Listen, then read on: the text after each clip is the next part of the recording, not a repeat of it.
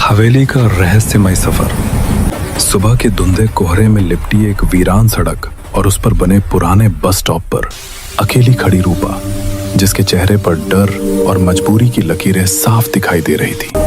हवा में एक अजीब सी खामोशी थी जो आने वाले तूफान का संकेत दे रही थी। सुबह के 5 बज रहे थे, लेकिन सूरज की रोशनी का कहीं नामो निशान नहीं था। चारों तरफ सिर्फ घना सफेद कोहरा फैला हुआ था, जिसने पूरी दुनिया को अपनी आगोश में ले लिया था। रूपा बस स्टॉप की टूटी हुई बेंच के पास खड़ी थी। उसने हल्के नीले रंग की साड़ी पहनी हुई थी जो ठंडी हवा के झोंकों से लहरा रही थी। उसके हाथ में एक पुराना चमड़े का बैग था। बस स्टॉप के पीछे का जंगल कोहरे में काला और डरावना लग रहा था। रूपा की सांसें सफेद धुएं की तरह हवा में घुल रही थी और उसकी नजरें उस खाली सड़क पर टिकी थी जहां से बस को आना था। अचानक कोहरे को चीरती हुई 2 पीली हेडलाइट्स दिखाई दी। एक पुरानी जंग लगी हुई बस धीरे धीरे आकर रुकी। बस का रंग कभी लाल रहा होगा, लेकिन अब वह धूल और मिट्टी से सनी हुई थी। रूपा ने एक गहरी सांस ली और बस के खुले दरवाजे की ओर बढ़ी। बस के अंदर एकदम अंधेरा था। सिर्फ ड्राइवर की सीट के पास एक मध्यम बल्ब जल रहा था। रूपा ने अंदर कदम रखा। पूरी बस खाली थी। सीटों की गद्दियां फटी हुई थी और फर्श पर धूल की परत जमी थी। वो खिड़की वाली एक सीट पर बैठ गई, जहां से बाहर का धुंधला नजारा दिखाई दे रहा था। बस चल पड़ी और शहर पीछे छूटने लगा। अब खिड़की के बाहर कंक्रीट के मकान नहीं, बल्कि सूखे और वीरान खेत दिखाई दे रहे थे। रूपा का पूरा शरीर खिड़की की तरफ मुड़ा हुआ था। उसका प्रतिबिंब कांच में दिखाई दे रहा था, लेकिन कांच इतना गंदा था कि उसका चेहरा किसी रूह जैसा लग रहा था। बाहर के पेड़ तेजी से पीछे भाग रहे थे। उनकी डालियां ऐसी लग रही थी जैसे सूखे हुए हाथ बस को रोकने की कोशिश कर रहे हों। रूपा की आंखों में एक अजीब सी बेचैनी थी, जैसे उसे पता हो कि वो जहां जा रही है वहां उसे नहीं जाना चाहिए था। सफर लंबा था और रास्ता पथरीला। बस अब एक घने जंगल के बीच से गुजर रही थी। सड़क के दोनों ओर ऊंचे ऊंचे पेड़ थे, जिनकी टहनियां ऊपर आपस में मिल गई थी, जिससे एक प्राकृतिक सुरंग बन गई थी। रोशनी बहुत कम थी। रूपा ने अपना सिर सीट से टिका रखा था। उसका बैग उसकी गोद में था, जिसे उसने कसकर पकड़ रखा था। उसके चेहरे पर पसीने की बारीक बूंदें चमक रही थीं, जबकि बाहर मौसम ठंडा था। बस के इंजन की आवाज के अलावा वहां कोई और शोर नहीं था, जो सन्नाटे को और भी ज्यादा गहरा बना रहा था। अचानक बस एक सुनसान तिराहे पर रुक गई। रूपा समझ गई कि उसकी मंजिल आ गई है। वो बस से नीचे उतरी। उसके जूते कच्ची सड़क की मिट्टी पर पड़े। बस उसे वहीं छोड़कर आगे निकल गई और देखते ही देखते कोहरे में गायब हो गई। अब रूपा बिल्कुल अकेली थी। उसके चारों तरफ सिर्फ जंगल और सन्नाटा था। सामने एक संकरा रास्ता था जो झाड़ियों के बीच से होता हुआ कहीं दूर जा रहा था। रूपा ने अपने बैग को कंधे पर टांगा और उस रास्ते पर कदम बढ़ा दिए।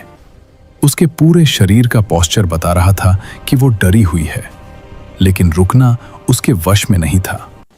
करीब 20 मिनट चलने के बाद कोहरा थोड़ा छटा और सामने वो पुराना घर दिखाई दिया। ये कोई आम घर नहीं, बल्कि एक जर्जर हो चुकी हवेली थी। हवेली की दीवारें काली पड़ चुकी थीं और जगह जगह से प्लास्टर गिर चुका था। दीवारों पर जंगली बेलें इस तरह लिपटी थीं जैसे नसों ने शरीर को जकड़ रखा हो। हवेली का मुख्य लोहे का गेट जंग खाकर टेढ़ा हो चुका था। रूपा गेट के सामने खड़ी थी और उसके मुकाबले वो हवेली किसी विशाल राक्षस जैसी लग रही थी। हवा के कारण गेट से एक तीखी चरचराहट की आवाज आ रही थी। रूपा ने कांपते हाथों से गेट को धक्का दिया। गेट एक भारी आवाज के साथ खुला। वो हवेली के आंगन में दाखिल हुई। आंगन में सूखे पत्तों का ढेर लगा था। बीच में एक पुराना फव्वारा था जो बरसों से बन पड़ा था और अब उसमें सिर्फ गंदा पानी और काई जमा थी। रूपा के कदमों की आवाज सूखे पत्तों पर चरमराहट पैदा कर रही थी। वो धीरे धीरे मुख्य दरवाजे की ओर बढ़ी। हवेली की खिड़कियां टूटी हुई थीं और ऐसा लग रहा था जैसे अंधेरे कमरे अंदर से उसे ही घूर रहे हों। मुख्य दरवाजा लकड़ी का था और उस पर नक्काशी की गई थी, लेकिन अब दीमक ने उसे खराब कर दिया था। रूपा ने दरवाजा खोला। अंदर घुप अंधेरा था और सीलन की बदबू आ रही थी। जैसे ही वो अंदर गई, सूरज की एक पतली किरण टूटी हुई छत से नीचे फर्श पर गिर रही थी, जिससे हवा में उड़ते हुए धूल के कण साफ दिखाई दे रहे थे। रूपा हॉल के बीचों बीच खड़ी हो गई। हॉल बहुत बड़ा था, जिसकी ऊंची छत से एक पुराना झूमर लटक रहा था, जो कभी भी गिर सकता था। रूपा की नजर सामने वाली दीवार पर टंगी एक बड़ी तस्वीर पर पड़ी।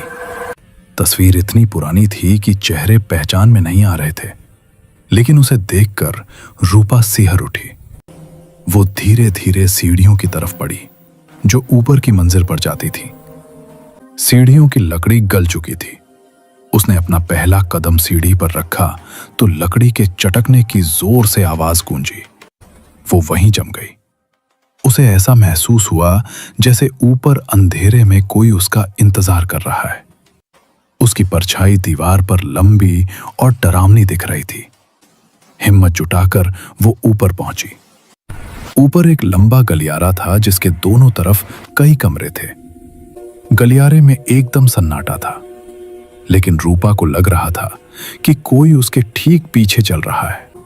वो झटके से पीछे मुड़ी, लेकिन वहां कोई नहीं था, सिर्फ धूल और अंधेरा। उसकी सांसें तेज हो गई थी।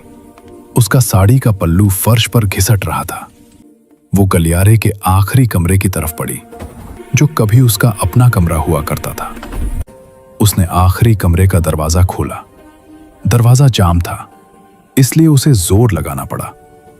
अंदर का नजारा देखकर उसकी आंखें फटी रह गई। कमरे में सब कुछ वैसा ही था जैसा वो सालों पहले छोड़कर गई थी, लेकिन हर चीज पर वक्त की धूल जम गई थी।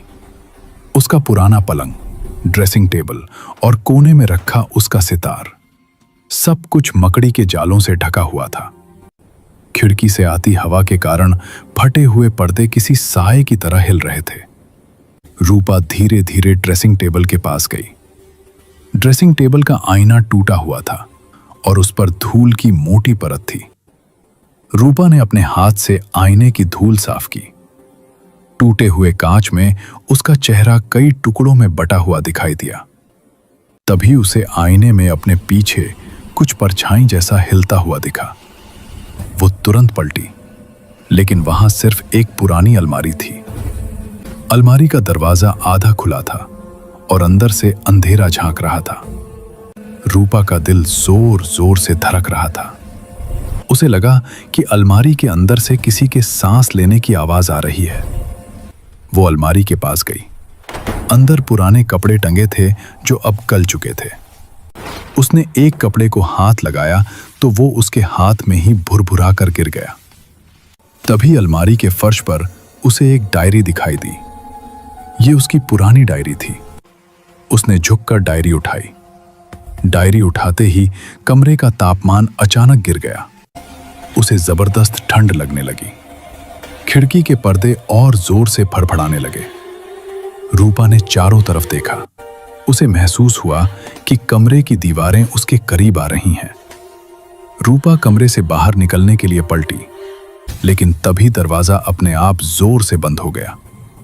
धार की आवाज से पूरी हवेली गूंज उठी।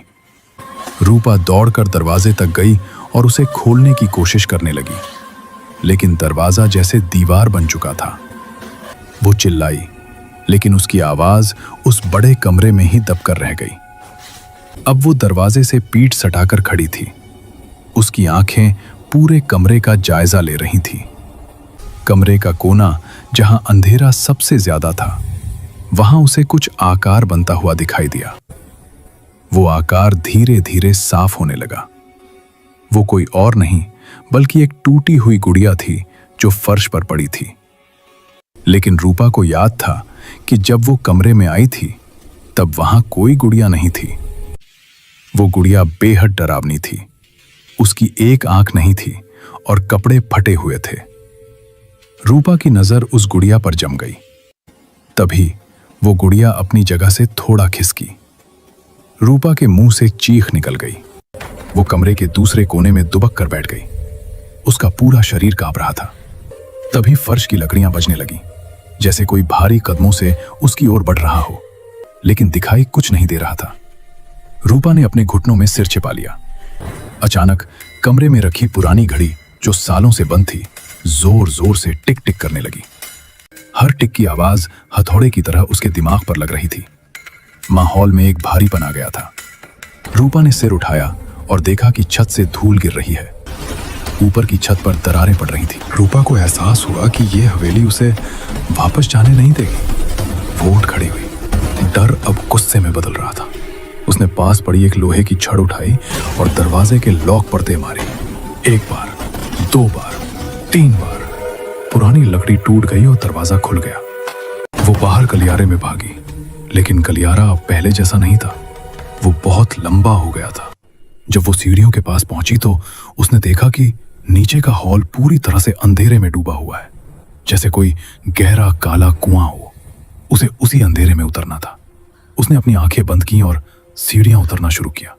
हर सीढ़ी के साथ उसे काना पूसी की आवाजें सुनाई दे रही थी। जैसे तैसे वो नीचे हॉल में पहुंची।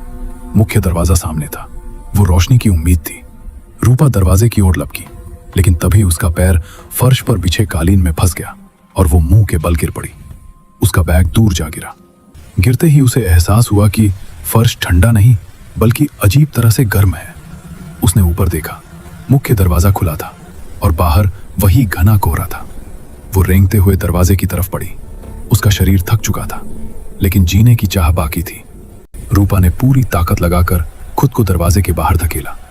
वो हवेली के बाहर आंगन में आ गिरी। ठंडी हवा ने उसके चेहरे को स्पर्श किया।